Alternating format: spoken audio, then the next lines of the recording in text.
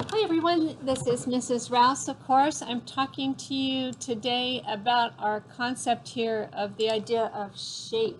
This is our last square in our project on the life of Jesus and different design elements. And let's see what happens. First of all, I put the usual supplies out. Since I already outlined that square last time, I don't need to use any I don't need to use a ruler anymore. I want to talk to you first about the whole idea of shape before I get started. Shape is when we're talking about the areas of the design that are very concise and specific, contained areas of your design. There is a shape here of Mary that's very specific.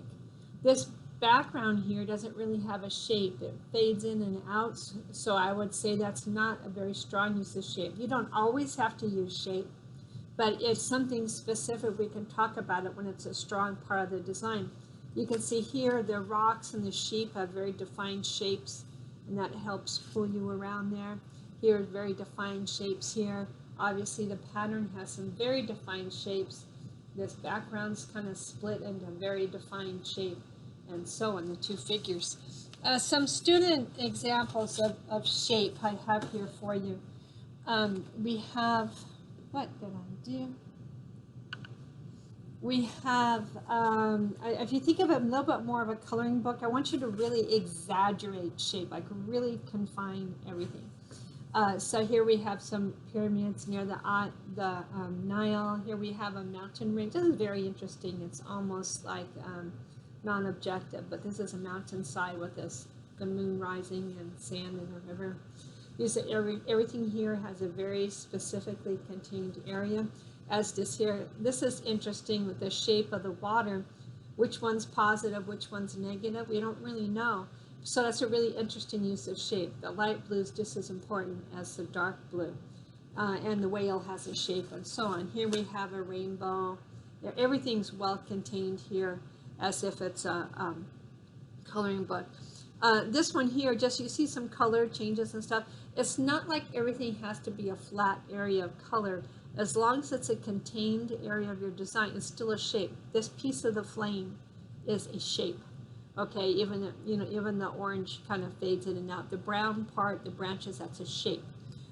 Here down, this one just shows a water idea, but they broke the water into specific contained shapes. So it's just kind of how you design the contained parts of your design. So if everything you design is contained, or even the part you're talking about, I could talk about the shape of Mary, the shape of the angel, but I can't really talk about the shape of the background unless I'm referring to this whole piece here. I could talk about that. So shape is like the confined areas of your design. So within this concept of shape, so just if you think of it like a coloring book, in a sense, I'm going to write that right here, or a stained glass window. Okay, hope I can erase that at some point. Anyway, so as far as our concept here on this one, this is events leading up to Jesus's death, or Jesus's death on the cross or something, showing the 3 crosses or something like that, or Jesus's resurrection. I was kind of looking around at the different scripture. I really enjoyed reading in the book of Luke, chapters 23 and 24, leading up to 23, up to the Ascension, chapter 24, and then also book of John, all the chapters 18 and 21. You see 3 chapters here, so you're going to get a lot of information there from the book of John to choose from. Those are some suggestions. Anyway, I decided to show the Ascension. So this is after Jesus has died, and then he raises up into heaven. The tomb's been found empty. Like, where's Jesus? Jesus talks to women. Then Jesus actually goes and talks to the disciples. And the disciples touch him, and they can feel he is his solid person. They were afraid he was a ghost at first. But he's after he is talking to them and told them some things, he says here, it says, when they had led him out to the vicinity of Bethany, or he had led them out, so it's outside, he lifted up his hands and blessed them. While he was blessing them, he left them and was taken up into heaven.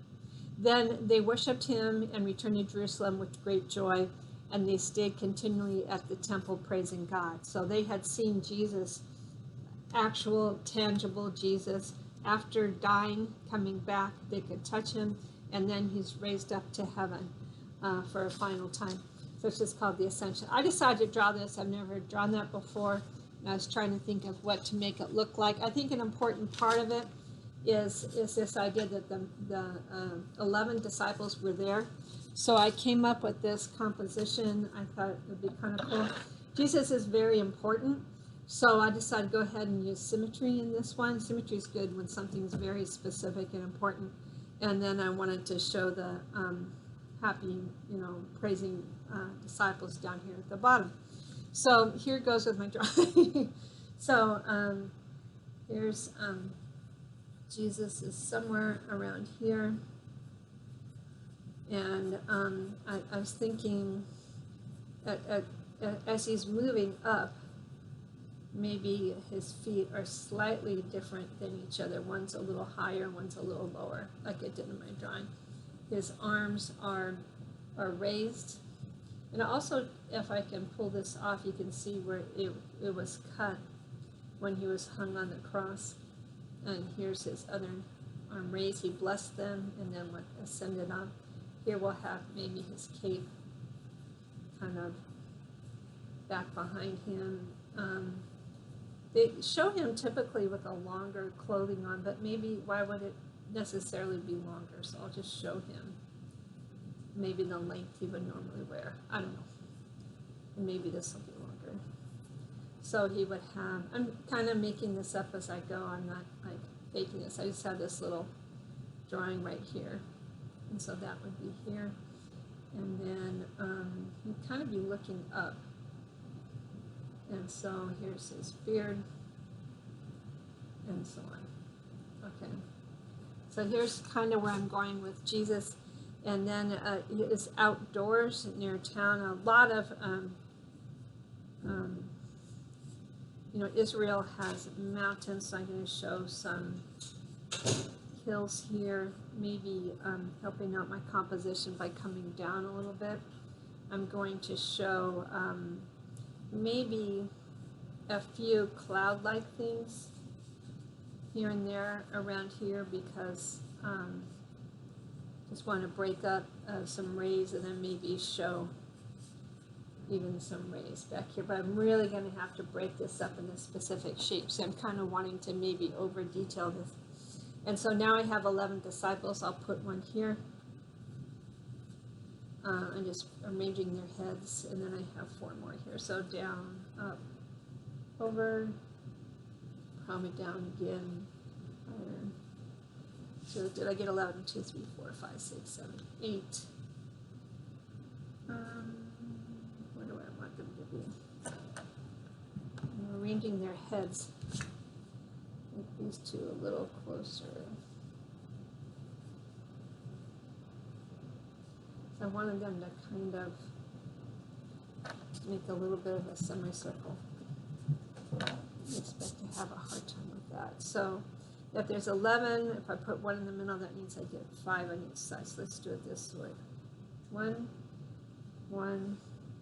So 1, 2, 1, 2, 1, 2, 1, 2. So there's my 11 disciples, and then I have them, it's the back side, so they have their kind of robes on, and maybe they have that longer kind of hair. And then I'm just kind of drawing some shoulders, and then I really did want them with their arms up, praising. I mean, if Jesus was doing that in front of me, I wouldn't be like all shy, right? I'd be like, Jesus, Jesus. You are God. You are our salvation. Be a pretty exciting thing. So I'm going to draw them kind of in motion, kind of reaching up towards him. So not quite as scumbly as I often draw. A little bit more planning here on what that's going to look like. And then reaching up towards Jesus. And then, let's see.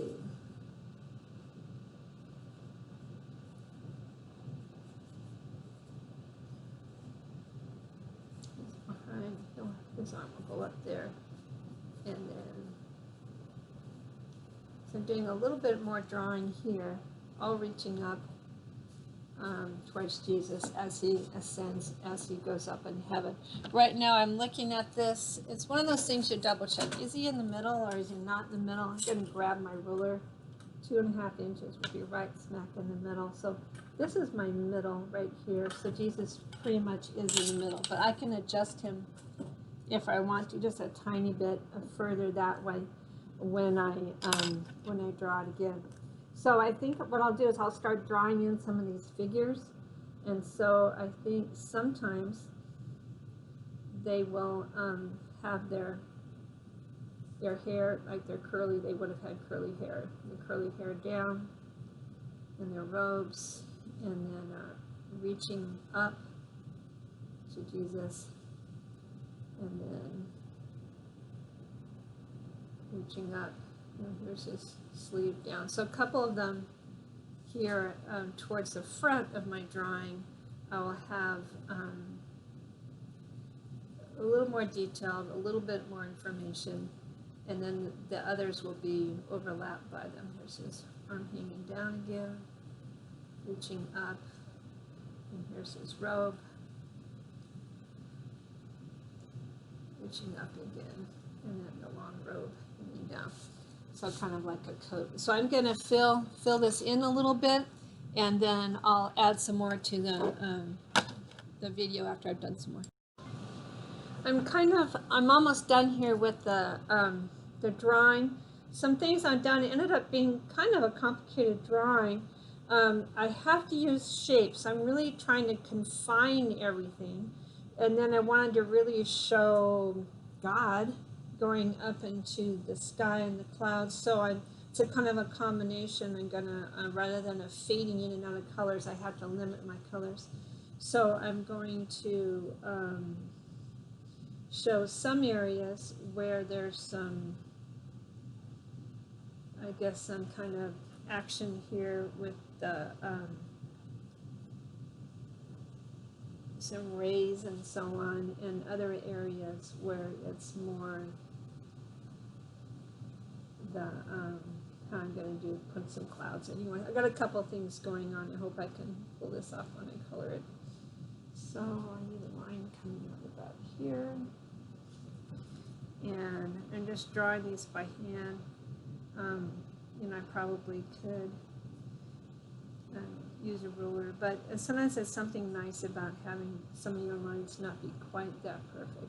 So because I'm using this element of shape, I have to confine all these areas of my design. So the only thing, I kind of made a little mistake there in Jesus's mouth and beard. Maybe I can disguise that when I color it. So this is the drawing going into, I'll pull that line down there. The next stage, which is coloring, so I have to make sure this is all confined within a shape. I think it is. And then I'm going to have some fun seeing what I can do. So other elements you can see, I've used emphasis, I'm using rhythm, symmetry. You use a lot of art elements at the same time, but I'm trying to emphasize shape, which means everything has to be confined. So now I'm going to add some color to it. Okay, I'm working on my coloring part of my drawing right now.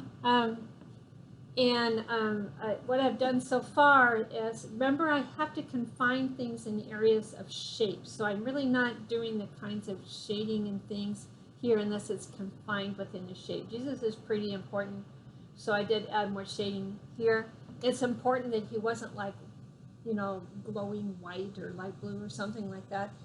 Because the whole thing is he was a man they could touch, he eat a meal, all kinds of things, and tried to include some details and so on, but still he's still a shape within my design. And then I had the light blue and the clouds and the mountains. It's just kind of, hey, it's an ordinary day, this happened. Anyway, so I'm down here. I just thought I'd add a few more details down where the disciples are, but I wanted them to feel like they're one big brown kind of scraggly shape down here. So I'm just going to go in. I've used my indigo quite a lot in these projects here and there as a shader instead of just using black like I suggested to you guys. So I'm just, right now I'm adding kind of indications or hints of shading here and there within my great big kind of brown shape. They had, you know, natural colored clothing, of course, and dark hair. So that would work just fine. And then I'm just working in some details to what I think might have happened or what they might have looked like here and there. Kind of inferred details, but wanting them, sorry about this shadow from it's in the afternoon now as I'm drawing, and there's a really strong light coming in from outside. So I'm adding in some details. I don't want them to look any more interesting than Jesus, so I'm going to hold back and making it too exciting. Everett really scumbled them. On the other hand, I've only given so much information for you to tell that they are figures and that they are raising their arms up. Have you ever been to a church where people really get excited and praise God and stuff? It might look something like this. I mean, seriously, this is happening. So this is my general idea for the drawing, and it was a real fun one. A little bit challenging for me because I've never done that before, but kind of fun. Other things I wanted to mention when we talked about overlapping colors. Well, one thing is the direction of your lines. See how when I filled in all these areas of color, I always drew my lines the same way so you don't get these patchwork looking areas. So all the blue, the orange, everything, I kept drawing those lines in. And then when I was drawing the mountains, I kind of had kind of curvy lines. I just wanted you to know I blended my colors a little bit or layered them. So I put some yellow and some orange in here with the green, so the green matches, and then yellow and orange seem to match a little bit better. So there's a blending of colors, and then just using the indigo helps pull in my light blue as well. So anyway, this is the final drawing here, the last drawing of the series, of kind of a simple look at Jesus's life. And it'd be really fun to see what you guys came up with in your own projects. So that was really fun. I hope you enjoyed it too. Thanks.